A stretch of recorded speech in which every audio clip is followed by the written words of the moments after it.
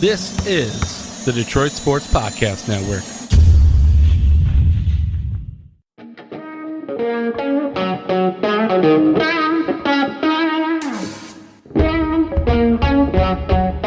The biggest icon in podcasting.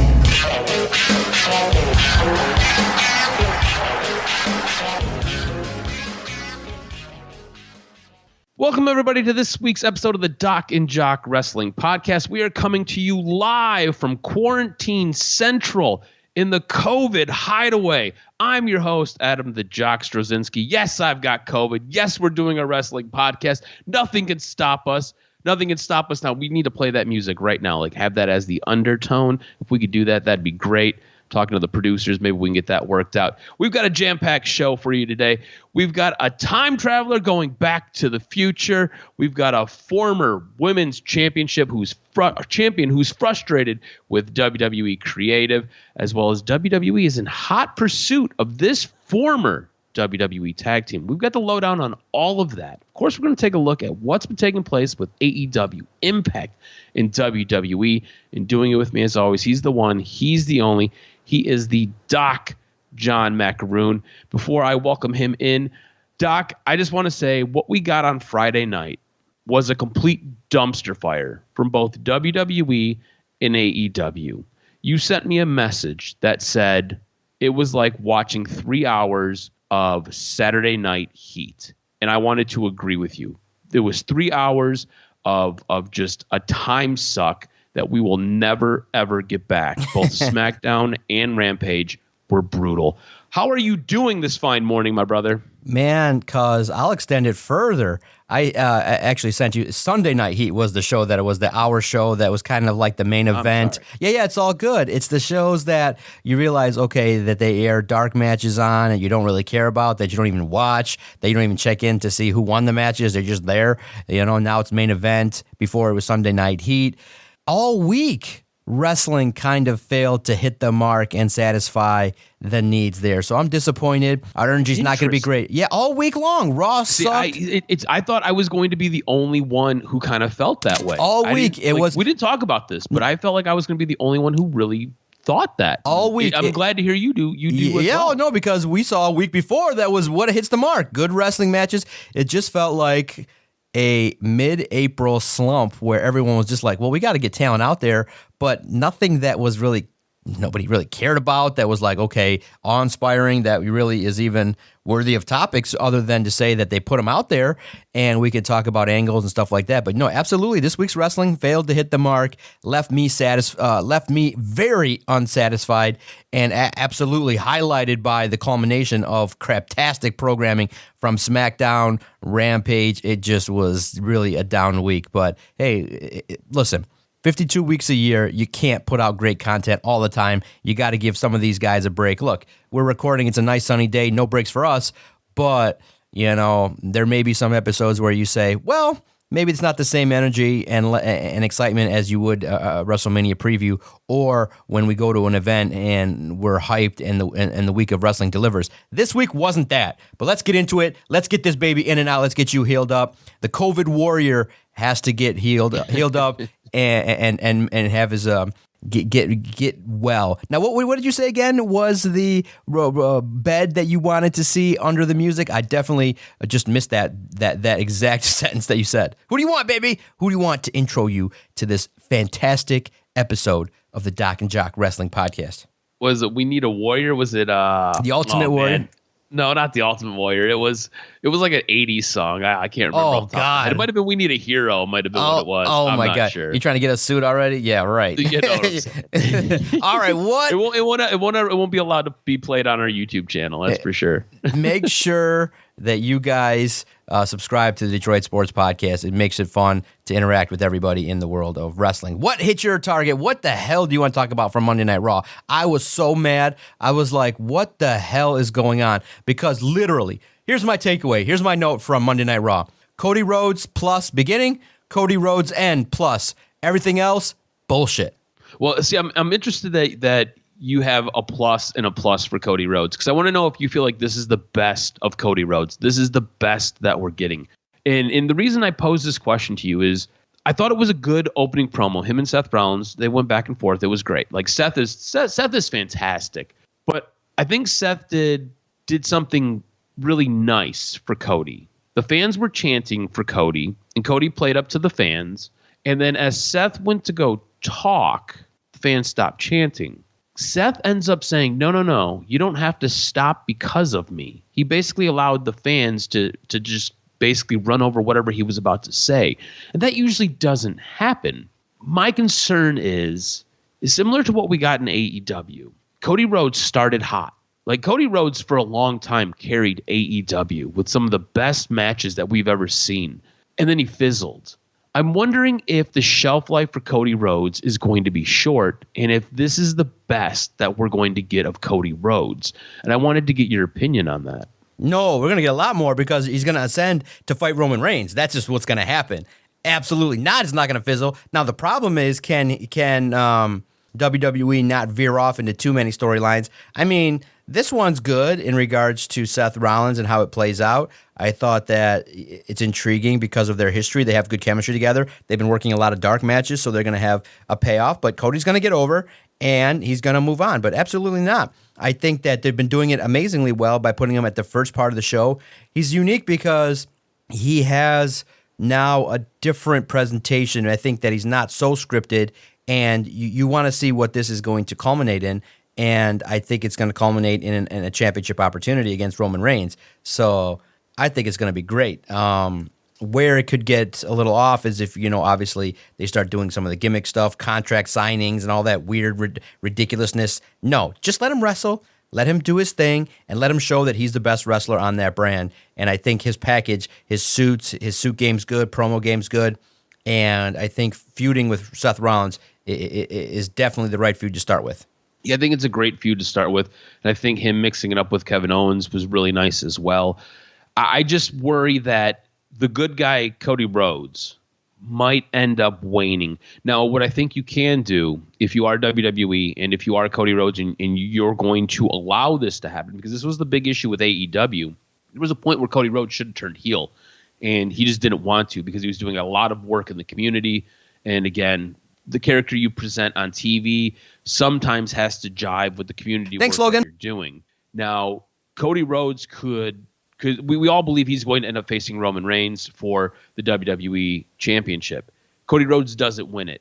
Now you've got the ability to build upon a character and turn him into one of the most bitter heels because he couldn't get the title that his father couldn't get. He couldn't get the title for himself. He has this pent up anger and aggression, and you could turn him into a heel. But again, it's going to be one of those things where we have to kind of see what WWE does and what Cody Rhodes, I don't know, will allow. Again, it's Vince McMahon's product. Vince has final say over everything. So Vince says, I want you to be a heel.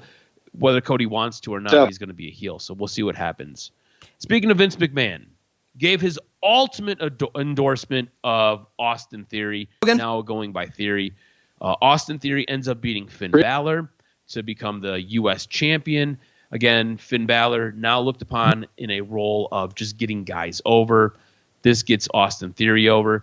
Vince McMahon has played an extremely heavy hand in Austin Theory's development since coming to the main roster.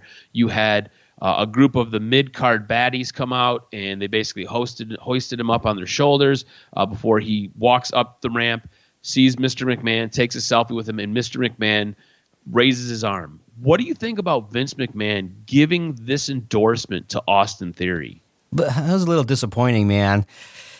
It's like one of those things where we're forced with another character and you recognize he's the golden child and this is what we're looking at, another hero, the development of a heel, but at the expense of Finn Balor? Really?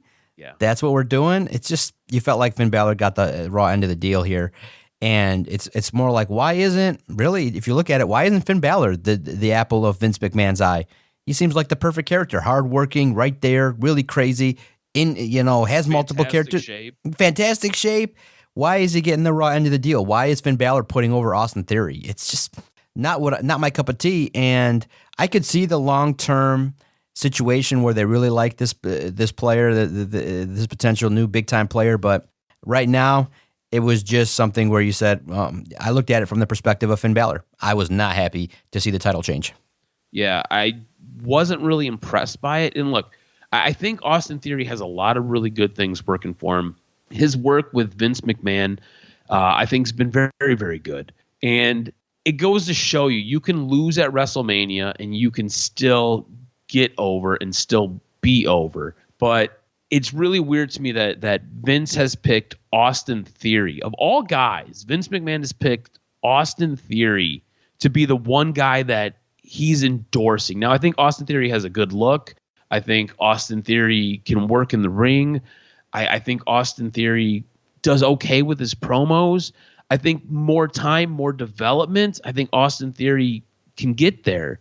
But for Vince McMahon to give him his endorsement, especially this early, it's really, really weird to me. Remember, the other guy that he gave an endorsement to like this was Drew McIntyre. Drew McIntyre had to go away for a while and really work on some things, really kind of fine-tune and hone in his character before he was able to come back and become WWE champion. Now, I have a bit of a concern, and I do think this could be the possibility here. Austin Theory is just the new toy that Vince McMahon likes. How much of a real possibility do you think that is, where Austin Theory is just kind of the apple of the eye for this time? I see long term, like I don't think they would invest Vince McMahon camera time on a play. You know what I mean? It's Vince McMahon. Yeah. It's not just everybody. So there's something there that, for some characters, they believe that the added boost of having Vince there gets them over a little bit faster. And that's the shitty part, is not everybody gets that. And unfortunately, that's the case, is that Austin Theory has been blessed with an opportunity to have a little bit more of a boost than a Finn Balor. But yeah, no, when you have Vince McMahon there, and when he wins a title, Vince McMahon comes out. Remember, Vince McMahon is the chairman and the owner of a $1 billion company. Why the hell is he showing up in Buffalo? That is crazy. That is something where you'd say, okay, Monday, Buffalo, down week. Dude, that's a prime vacation week. You look at the calendar, you're like Albany, Buffalo, Syracuse. Oh, shit, I'll take a vacation for these 2 weeks and then get back at it on April 30th. Are you kidding me right now? He's showing up there to pump up Austin Theory. Get the heck out of here with that, But, that's what it is. Austin Theory's getting a push. It's just something that you just wish that Finn Balor would be on the same level for a longer period of time. Do you think this goes the way of Roman Reigns? Remember how we all hated the Roman Reigns character and how it was just crammed down our throats? And then we just got sick of it and everybody just kind of revolted. And then they end up changing the character. He goes heel, and arguably he's one of the most fantastic over characters in WWE right now with everything he does. But do you think this goes the early way of Roman Reigns, where we're just going to get inundated with Austin Theory all day long, and we're just going to get tired of it, and the fans will at some point turn on him? Yeah, that's how I see it. Exactly how I see it, to a T. Yeah, I think at some point that's what takes place. Now, Rhea Ripley ends up turning on Liv Morgan, and looking at kind of how everything's lined up, because you don't want Bianca Belair and Becky Lynch again. We've just had that, and we've had long-term storytelling. Do you see Bianca Belair taking on Rhea Ripley? Do you think that's possibly her next match after she gets done with Sonya Deville? That could be a great opportunity. I think that'd be something that could generate money. But right now, I'm definitely curious to see, what did you make of Rhea's heel turn? I liked it in principle, Rhea turning heel, but her facial expressions didn't hit the mark with me. It was kind of like you're forcing yourself to just be angry. Just walk off and be pissed. It was overacted from what I saw on the display. I agree with you. It was one of those things where we all kind of knew it was coming. We're just kind of waiting. I mean, last week we predicted that it was going to happen on this week's Monday Night Raw. If long term she ends up with Edge and she ends up in this new remix of The Brood, I think it works out. But you're right. To me, it just kind of fell flat, right? Like Liv Morgan getting punched in the face, like, all right, cool, we've kind of seen this. Like, we all knew this was going to happen. Rhea Ripley didn't really get it over really well. Her walking through the back and then getting stopped by the interviewer, it just kind of missed a bit of the mark for me, and it just didn't really stick. I think her going on and facing Bianca Belair and maybe her getting dispatched by Bianca Belair, which then sets up her going and joining Edge's new, we're just going to refer to it as the Brood. I don't know what to call it right now. I think that would probably be a great setup, and that'd probably be a great way to get her into there. And then what you can do is you can circle back. You can always come back to a story, and you can build upon that. Like Rhea ends up losing to Bianca, joins Edge, and now 6 months later, Rhea Ripley's taking on Bianca again, and she wins the title. And I think that's a good way you could tell that story and get that story over. I think that would be much more interesting. Again, this is one of those things where I think we're going to have to wait, and we're going to have to see what the long-term booking is on this. Now, we bashed what we got on Friday. I thought SmackDown was an absolute dud. I thought the Rousey Flair build, it's just trash. I don't believe any promo cut by Sasha. I don't understand the women's tag team division. I think it's poor. It's basically two chicks put together, and they feud over some things, and then they break up. I don't get it. The one thing that really I'm not getting at all is this Lacey Evans build. And I want to know if you can help me, because we did talk about this a little bit in our group chat. Lacey Evans' real story, and this is what they're telling. They're telling her real story, like her real life story. It's incredibly interesting. It's incredibly captivating. It is heart-wrenching, and it is a great way to get a babyface over. But when you dress Lacey Evans up in something that basically shows her tits, and it's like this nude see-through mesh singlet that runs down, and you're playing this music behind her while she's telling this story. One, she looks a little bit sexed up, and then you're playing this weird music that kind of takes you out of the vibe a little bit, and the vibe is not supposed to be sexed up. It's a miss for me, and I'm not getting it. You give me Lacey Evans cutting some type of a promo in the ring, working against somebody, working all of this in, I think it works much better. The way that we're getting presented this story, I think, is a total miss of the mark. What's your thoughts on the build for Lacey Evans coming back? You're spot on. I don't want to see this. It's like a downer, dude. You tune in and you want to see like some action, some entertainment. I liked her old character. Just go back to the Southern Belle that was just trying to be all day. It's like you killed that off just because she got pregnant. Okay. You know, it didn't flesh out a character that had some potential that was unique. This one is one which is like, I just want to tell my story and be cathartic, but you can do that in therapy on your own, not in front of the world. You know what I mean? That was You're like, I know a therapist. Let me give you his number. Yeah, exactly. That should have been like, wonderful idea, Lacey, but we think we need you to kind of process that on your own, not in front of the WWE audience that's looking to be entertained. And what is this going to mean? That she's going to take out her rage and her passion out on the WWE universe? Yeah, no, I'm just not into it. It has the potential to go a lot of good ways. It's just my personal preference. I don't want to see this on a Friday. And so what I do is I kind of just, she's on, and I turn around and I get to the tea and boil the water, and then she's out, it's 3 minutes. And then I'm like, okay, send Adam a message. I don't like this. And then keep it moving. That is my extent of my involvement with that storyline. I don't like it. I'll just wait until she gets in the ring and see how her wrestling looks after some time off. Yeah, it's a rough story. It really is, and the way it's being presented, I think, is just it's poor. It doesn't do the story any justice. Something else that was poor, or at least I thought was poor. Where's Nakamura been? So we have this lumberjack match. Nakamura is on the outside of the ring. We've had no follow up to him getting kicked in the head. 2 weeks ago? I don't understand how we're booking this or what we're doing. Roman Reigns obviously isn't working. I think Roman Reigns dealing with a bit of an injury, so you want to keep him kind of sidelined, keep him kind of shelved. You can have some interaction between him and Nakamura if this is the direction we're going to go. Because as of right now, Roman Reigns doesn't have a story. Roman Reigns isn't doing anything. Think about it this way. The guy who has both of your heavyweight championship belts isn't involved in anything right now. Now, if you're a mid-card wrestler, I think that's great because it allows you a ton more screen time, right? But what are we actually doing here? This is supposed to be the face of your company, and we get him on TV for like 4 minutes? It doesn't make sense. And then the guy that he boots in the face, there's no follow-up. There's no retribution. What are your thoughts on creative basically kicking Nakamura in the face and then kind of shelving him, bringing him back out for this lumberjack match, and us not doing anything with Roman Reigns, who's arguably the best part of Friday Night SmackDown. Yeah, exactly. He's a lumberjack. Okay, that's what happens is that, it was just maybe a time where they say, Boogs is gone and they have to kind of take their time to figure out what was next because they probably wrote 5 months worth of content for Nakamura that involved Boogs. And now they got to figure it out, and they just can't do it that fast. So at this point in time, Nakamura's on the lost island of WWE Creative, and we got to find him. But I don't think it'll be that long before the Creative finds something good for Nakamura. He's been there. He's been a staple.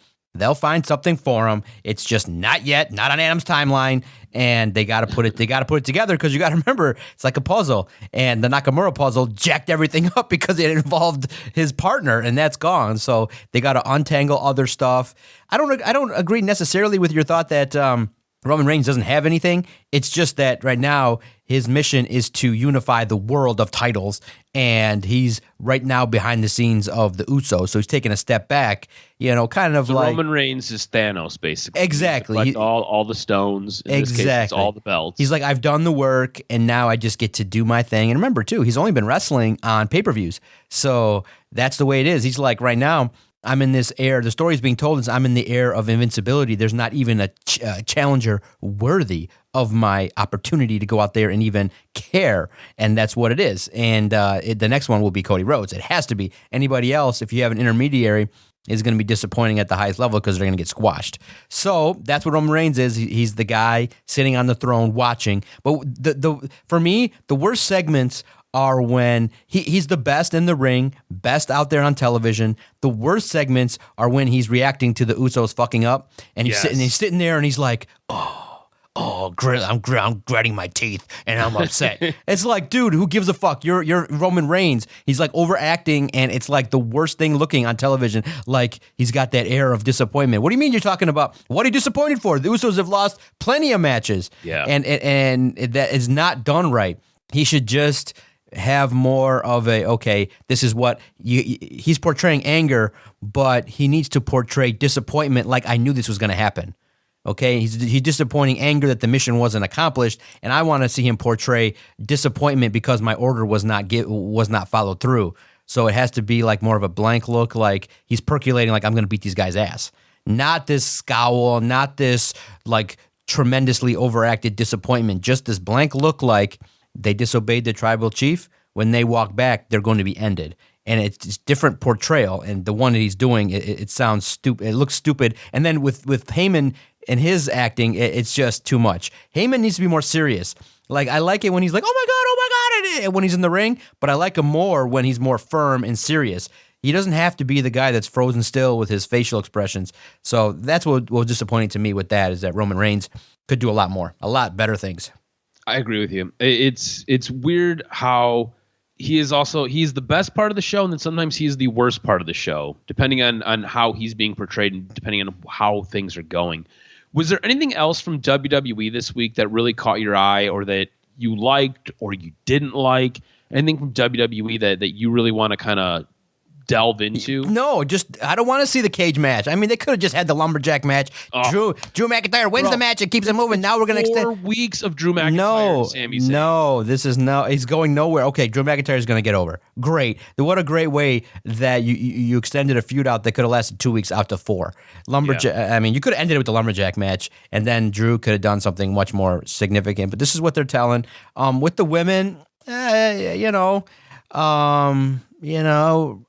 Ronda Rousey wasn't as horrible. That's relatively speaking, but I didn't like that opening segment. The only thing I would say is Drew Gulak is entertaining, and he has a role. He was the best part. He's the best part. And I do want to see how Sonya Deville plays this out, because she does have that heel factor that you do want in a character. But other than that, I was disappointed, and WWE really did just a horrible job in regards to everything that they did. And because it's 5 days removed, the wedding segment was horrible.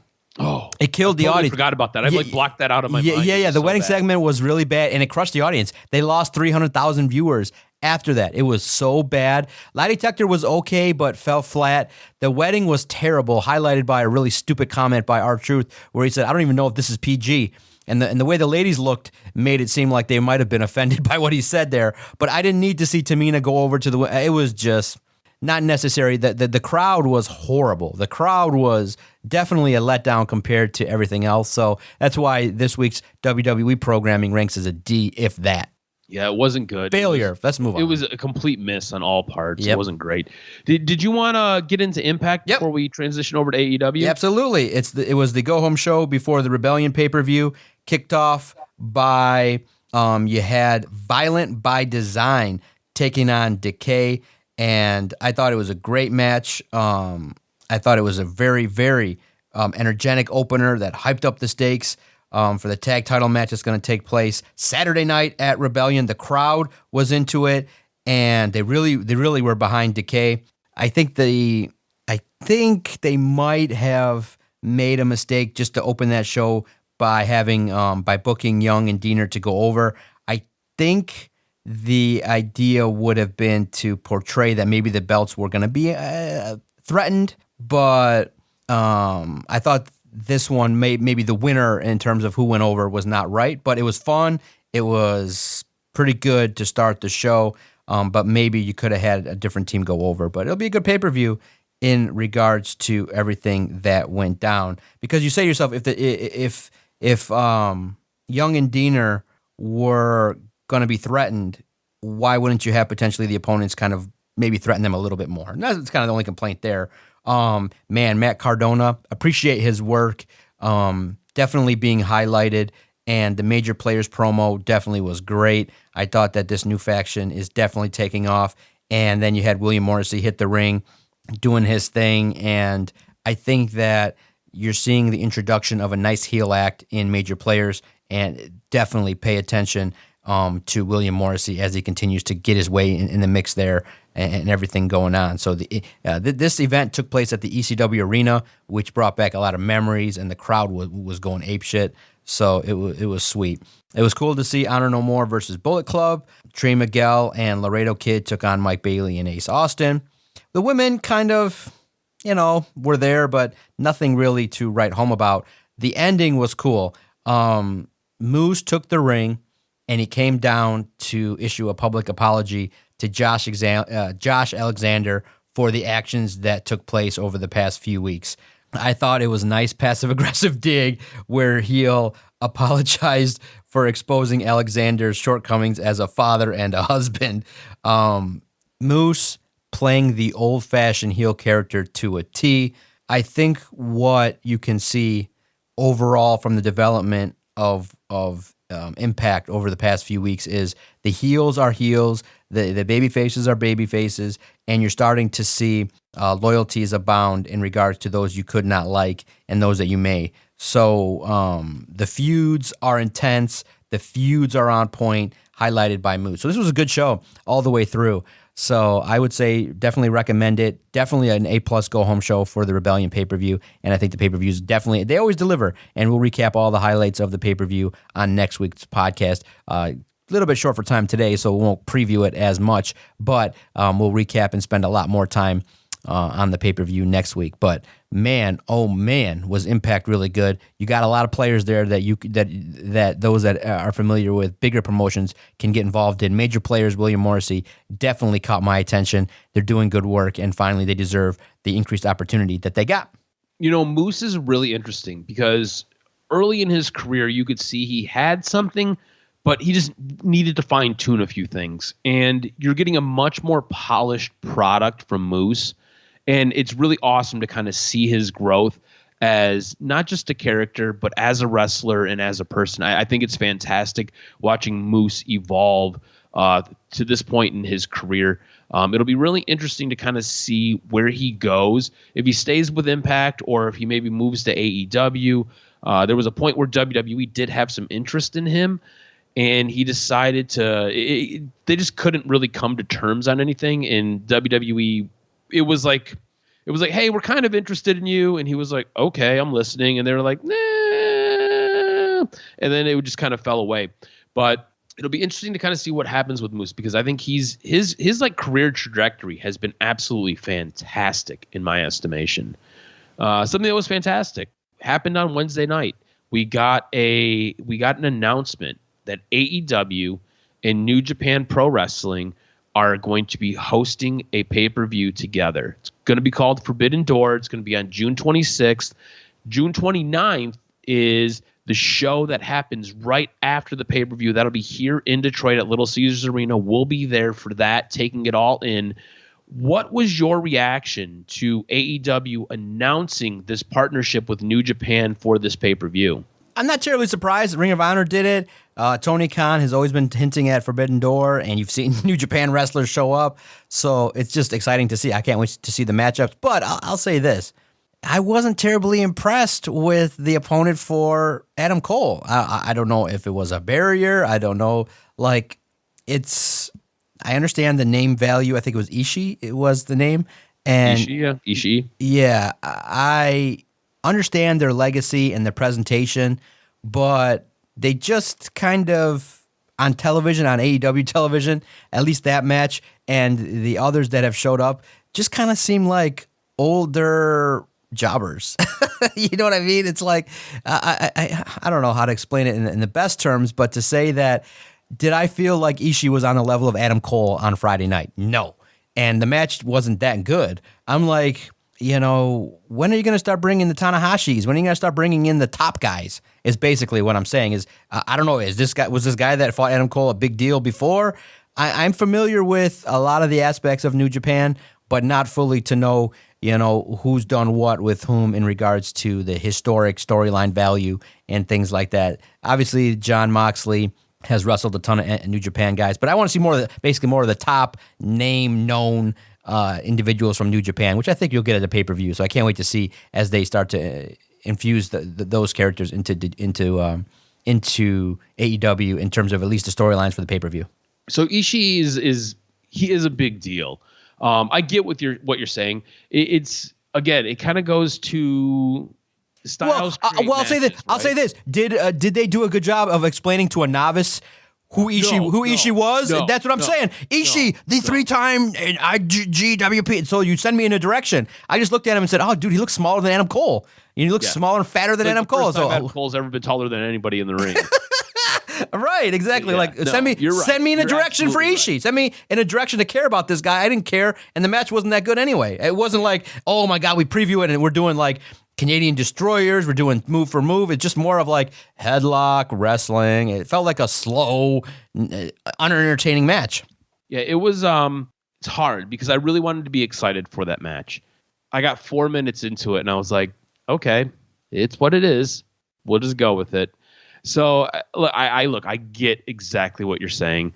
If you're not familiar with New Japan Pro Wrestling, it's going to be you're not going to know, you're not going to care. And they did a poor job of getting that over, and they did a poor job of trying to build that. I think what AEW is going to have to do as they kind of work their way towards this pay-per-view, they're going to have to bring in more stuff from New Japan.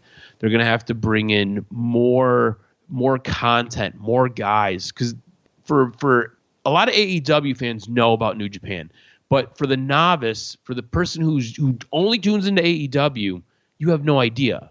And sometimes getting New Japan Pro Wrestling here is difficult. So you're going to have to be able to connect the dots for people, and you're going to have to be able to show things. And to me, it's really weird, right? Like, all these guys come over from New Japan and none of them ever win anything, Like, I get that it's on AEW television, but if you're working this partnership, there's got to be some give and take. That was the one thing that made Ring of Honor so special, is when Ring of Honor and New Japan had their partnership, there was a lot of give and take. You would have Ring of Honor guys go over to New Japan and they would win. You'd have New Japan guys come over to Ring of Honor and they would win. It always kept you guessing. Going into that match, Adam Cole versus Ishii, I was like, okay, Adam Cole's winning this. Like, okay, like how's it going to end? You know what I'm saying? And next thing you know, you got Jay White coming out. They haven't done a great job of building this partnership yet. Very early. They need to fine tune some things. I do want to talk about what we kind of got on Dynamite. So CM Punk Hangman Page looks like it's going to happen at some point. How would you build this? Like, what would you do to get somebody interested? Because I'm going to be honest with you. Hangman Page's run as AEW champion has me bored. Like, I'm not really interested. And I like CM Punk. I like CM Punk a lot. And I popped hard when he came back.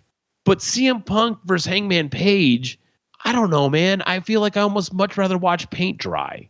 Like, I'm not invested in that story. How would you build this to get somebody invested? Who would be the heel? Like, who would be the face? What would we do here? Because I don't even know where to start. Yeah, I just think that you have them go toe-to-toe, mutual respect, and I think Hangman Page has to go over, and you give CM Punk another run at it. I don't think CM Punk should be the champion. I don't think he should be next just yet, based on the run of who he's fought. It might not go that way. I agree with you there. I 100%, like, I'm surprised that you said that because I thought for sure you were going to say Punk goes over. I 100% agree with you. Hangman would have to go over. Yeah. Like, you have to do a better job of getting Hangman. Exactly. Like, Hangman's got to do a better job of getting himself over. Exactly. I don't know how you'd build it, but I just think this is just one. Let's get in the ring and let's see what happens. And you have talk about potential being the future and you know, things like that Hangman's got a lot to prove. But I think the match in and of itself will go a long way to maybe jumpstart your opinion of it.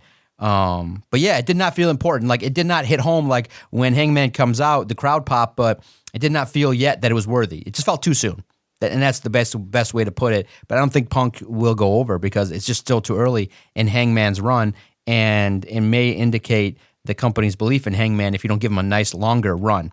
But that's how it is. We have to wait and see. We have to wait and see. How much are you interested in the Wardlow, continuing trying to get out of his deal with MJF, and they continued like, I'm going to throw this guy. Now it's Butcher. Now it's Lance Archer and shit like that. It's okay, but let's get to it. All right, let's pay this off and let's get after it. So look, I'm interested in Wardlow. Wardlow's over, and I am so into Wardlow. Him beating the Butcher again. Just kind of the way I look at this whole thing, and the way I think this whole thing should go. It should almost be like a video game where you've got your main character and he's got to fight all these sub bosses. And the sub bosses get harder as you get closer to the main boss, who is, in this case, MJF. And I think MJF should save Sean Spears to be his last line of protection, is how I think this should go. Lance Archer getting involved was kind of a curveball for me, and I didn't really like it. Lance Archer being the new sub boss, if you will, for Wardlow on his quest to get to MJF. It didn't necessarily make sense to me. Look, Lance Archer, I think, is a guy who has a place in AEW. I'm not 100% sure where it's at in this feud. If you're just trying to put a big guy against another big guy to try to get Wardlow over at being a big guy, then okay. I didn't really get Lance Archer coming in. I liked where Jake the Snake was cutting the promo with MJF. That was really cool to me because Jake the Snake Roberts is one of the best at cutting a promo, and he has a way of really getting you invested and getting you interested. You have MJF, who is arguably the best at cutting promos right now. Like, I think John Cena was fantastic at cutting promos. I think MJF has stolen John Cena's crown since John Cena is no longer around. So I think you have a nice tip of the cap there where you've got two guys, one from the old school, one from the new school, basically going back and forth, cutting a promo. And then you've got Lance Archer coming in and like knocking a pile of bills out of Jake the Snake Roberts' hands. I just didn't get it. I don't like that. I feel like if MJF is going to set up all these sub bosses for Wardlow to work his way through, they've got to be guys from his own team. They got to be guys from the Pinnacle, or you've got to have guys that the Pinnacle has worked with in the past. And Lance Archer's just kind of like, I'm picking a dude off the shelf. It just missed for me. It totally fell flat. I did not like it. Yeah, and for me, I think you and I are in the same boat. We weren't really a fan of the Sammy Guevara promo. I liked the coffin match between Darby and Andrade. Right person went over, obviously. I think you and I are in the same boat that what was the Jade Cargill match all about? What was that supposed to tell? I would have been maybe even inclined to go differently. I know you want to highlight the 30 match win streak, but I thought that her opponent really held her own, and it was like, okay, it's a different presentation, but it wasn't a good psychology. There was no psychology. It was just kind of like move. It wasn't a great match, and I just felt like, yeah, Rampage was really one of the worst ones we've seen in a long time, highlighted by that. And I think you really just took offense to what you saw with Jade Cargill. I just think that she's a big presence, but there's not the fluidity. There's not the intrigue of like, okay, this is something special here. It just does not seem right. There's something off. Yeah. So like, this is where I'm at with it, right? So Jade Cargill, I think, has a look. Jade Cargill, I think, can be a star. I think Jade Cargill needs to work on her mic presence. I don't think it's very good. Marina Shafir is somebody who has a name, right? People know her or know of her. She was in the MMA. She's done fighting before. I think this program between these two, extremely rushed, especially if you're not looking to get the belt off of Jade Cargill. You could keep feeding Jade Cargill people. Just keep doing whatever you want. It's fine. What you can do is you can keep Marina Shafir because she's not very good in the ring. She's not great on a microphone. You can keep her on dark, keep building her, and do a slow build with Marina Shafir to then get her to the level where she could be the one who is a complete monster. And you can either have Jade Cargill beat her because she's a monster and highlight Jade Cargill even higher, or you can have Marina Shafir be the one who knocks off Jade Cargill and elevate her even higher. This whole program was incredibly rushed. I thought this match was incredibly sloppy. I thought it was awful. What you had going on in the ring, none of it made sense. It didn't tell a story. There was nothing there. There were like, Marina Shafir was like kicking her in the back of the leg, and Jade Cargill like no-sold it. There was a choke slam or a power bomb through a table where Marina Shafir didn't go through the middle of the table. She went through the leg. Like, you don't do that. That's dangerous. And that highlights Jade Cargill's inexperience. Like, you can't do these things because somebody's going to get hurt. 2, this was a shit match as a main event.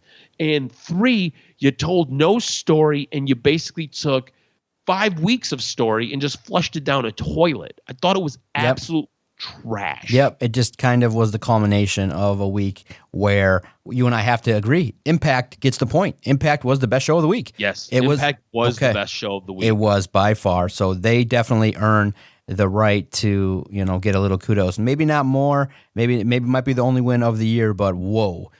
What a week of wrestling.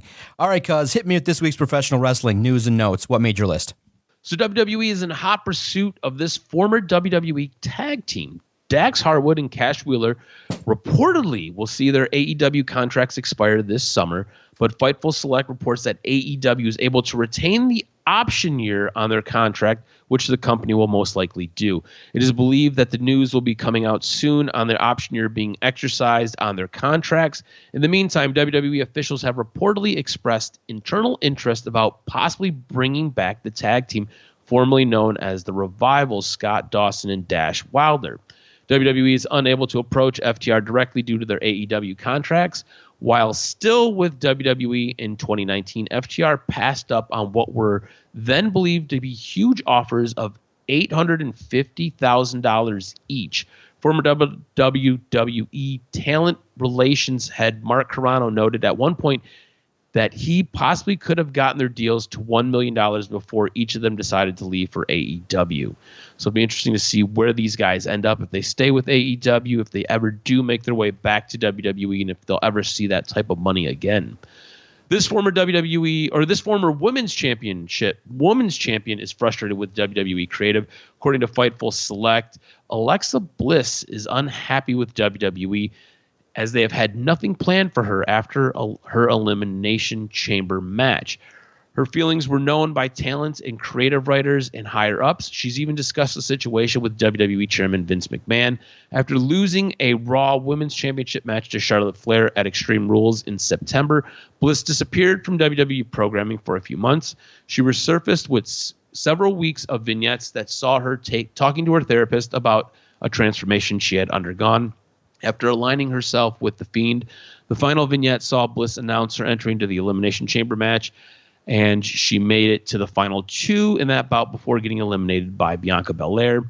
It was assumed by most fans that Bliss would have a significant role in WrestleMania 38, but she was kept off television after the Elimination Chamber and was not part of the WrestleMania card. So it'll be interesting to see what happens with Bliss going forward, but as of right now, no big plans. Now, this time traveler may be going back to the future. Former NXT star Kushida has been removed from the alumni page of WWE as he heads back to New Japan Pro Wrestling. Sean Ross Sapp of Fightful Select later confirmed that the Japanese star has indeed left the promotion and that he would be making inquiries into the reasons for the departure. Speaking on Wrestling Observer Radio, Dave Meltzer noted that the reason Kushida had left is that his contract had expired and that he is set to return to New Japan later this year. And June would maybe make sense, which means we may be seeing Kushida at Dominion on June 12th as well as on June 26th. Meltzer went on to intimate that Kushida leaving was not a secret to anyone in WWE, but the main roster creative force had no interest in bringing him to Raw or SmackDown. That is not much of a surprise given the manner in which the time splitter was being utilized on NXT. So how much is too much? Dave Meltzer looked to shine some light on that with a fan asking about Bray Wyatt. Meltzer responded to the inquiring fan saying that Wyatt's asking price is very high, hence him not signing with a promotion following his release from WWE just under a year ago. Whether that's the real reason or he has yet to sign due to other projects he's working on preventing him from committing to wrestling remains to be seen. Remember, he is supposed to be working on a movie where he's the assistant director and producer of the film, so that may have him tied up. Now, where does Bret the Hitman Hart show up next? I think we all believed it was going to be AEW, but Dave Meltzer says not so fast. Hart's AEW arrival has been teased several times on Dynamite and Rampage in the last months or so. Speculation was being fueled after a big time wrestling announcement that Hart will manage AEW's FTR at their June 10th show. Now, per Meltzer, the latest edition on Wrestling Observer newsletter, those in AEW are of the belief that Hart has quietly signed a deal with WWE that would prevent him from appearing on AEW shows. The report noted that the contract would still allow Hart to make independent appearances, making FTR booking possible, but it was also stated that Hart was never contacted about being part of the AEW Owen Hart tournament presentation. Hart recently addressed rumors about potentially signing with AEW by questioning what his role in AEW would be. So interesting to see kind of how this all works out. Does Bret Hart go back to WWE? Does Bret Hart end up in AEW? Time will tell. Now, if there was a guy on the AEW roster who could benefit from being part of the Blackpool Combat Club more than Wheeler Yuta, who would you have said, Doc? I would have said maybe potentially Daniel Garcia. I would 100% agree with you.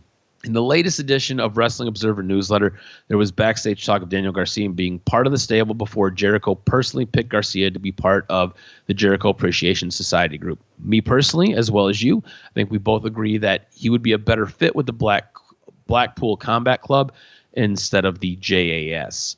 Interesting to kind of see how it works out. I feel like Daniel Garcia is missing a little something. I don't know what it is. It might be the it factor. He seems like a brawler, a guy who gets in the ring and just kind of throws hands.